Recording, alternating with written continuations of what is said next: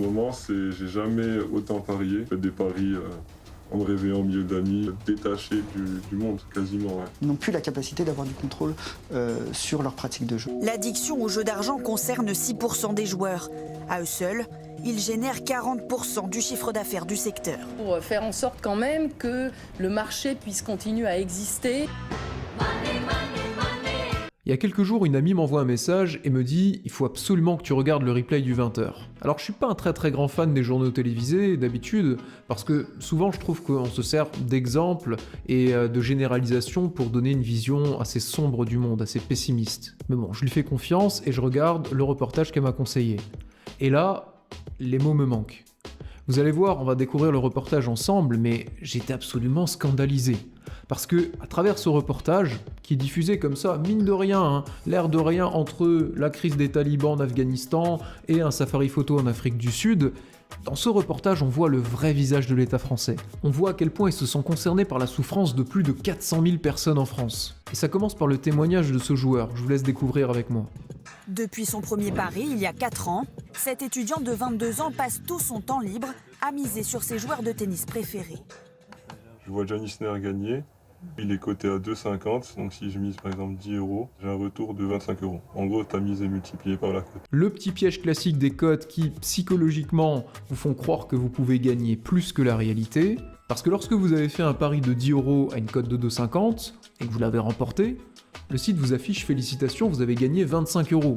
Non, vous n'avez pas gagné 25 €, vous avez gagné 15 €. Et c'est pas pareil. Si je vous donne 1 € et que vous me rendez 2 €, j'ai gagné 1 €, pas 2 €.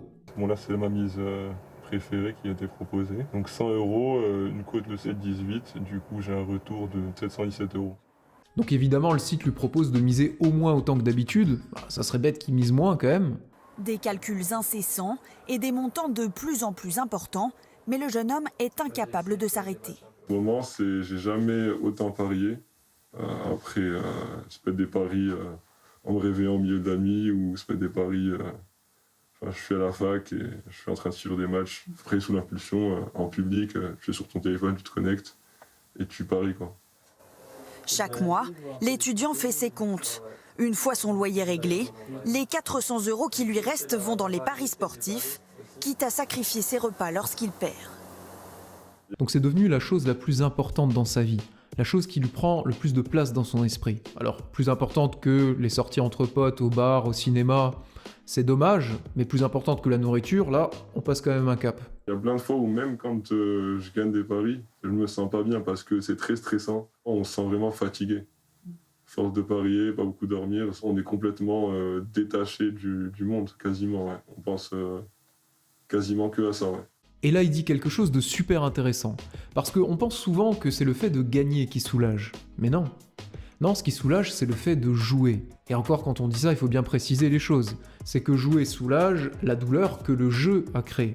Et en plus, la soulage de manière très temporaire. Bref, ici, on a le témoignage de quelqu'un qui est malheureux à cause du jeu, qui est en souffrance. Et je sais pas vous, mais moi, quand je vois ce reportage, ça me donne envie de me bouger 2 fois plus, de bosser 2 fois plus pour aider un maximum de personnes à ne pas être dans cette situation, ou lorsqu'elles y sont, à s'en sortir.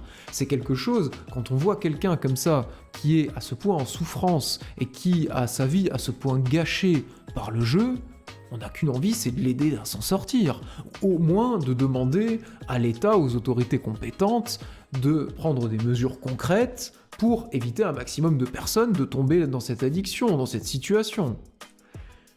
Et donc en parlant d'autorité compétente, voyons la réaction de l'autorité nationale des jeux face à ce témoignage, face à cette situation. En matière de jeux en ligne pourtant, pas question de durcir les règles. Notre objectif, c'est de faire respecter la loi, mais de façon raisonnable. Bah oui, il faut être raisonnable, voyons. La priorité, c'est pas les gens en souffrance, c'est les bénéfices des opérateurs de jeu. Mais de façon raisonnable, vous voyez, pour faire en sorte quand même que le marché puisse continuer à exister, à différencier les opérateurs les uns des autres et aussi à responsabiliser le joueur. Donc oui, on régule, oui, on fait attention, mais pas trop. Il faut quand même rester raisonnable, faudrait quand même pas que les opérateurs gagnent moins d'argent, faudrait quand même pas qu'on arrête de faire tourner le business.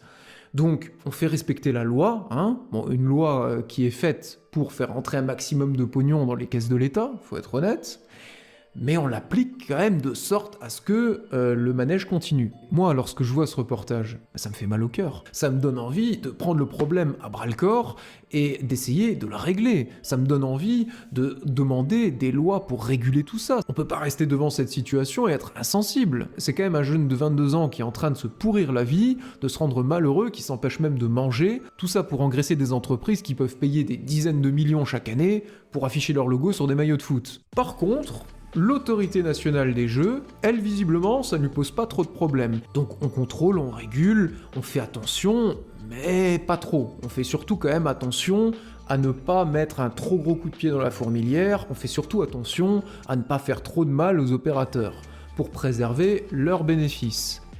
Bénéfices qui sont largement redistribués à l'État.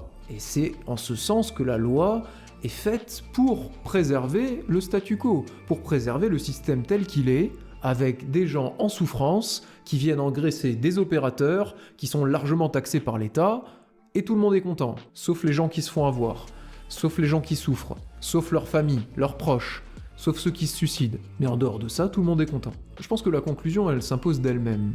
À travers ce reportage, on voit bien à quel point l'État français ne se sent absolument pas concerné par la souffrance des joueurs, ne se sent absolument pas concerné par l'addiction qui touche de plus en plus de personnes. Eh ben s'ils se sentent pas concernés, moi je me sens concerné.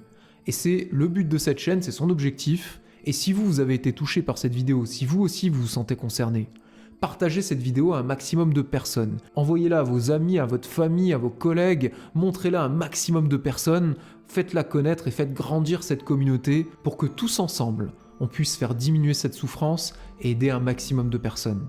Merci à vous et à très vite.